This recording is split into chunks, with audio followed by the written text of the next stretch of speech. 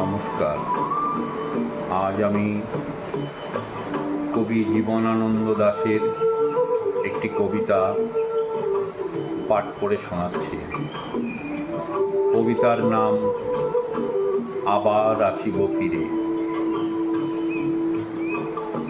আবার আসিব ফিরে ধান সিঁড়িটির তীরে, এই বাংলায় হয়তো মানুষ নয়, হয়তো বা শঙ্খচিল শালিকের বেশে, হয়তো ভোরের কাক হয়ে এই কার্তিকের নবান্নের দেশে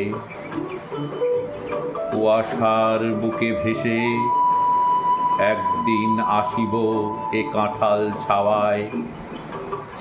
হয়তো বা হাঁস হব, কিশোরীর ঘুঙুর রহিবে লাল পায়।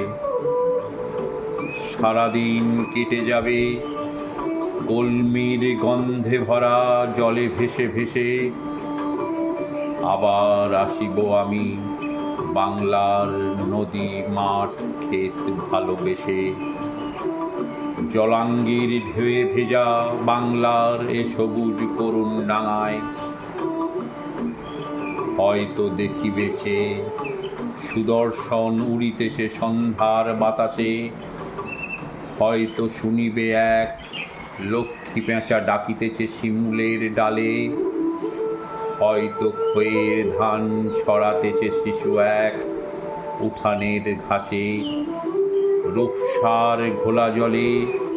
হয়তো কিশোর এক সাদা ছেঁড়া পালে ডিঙাবায়।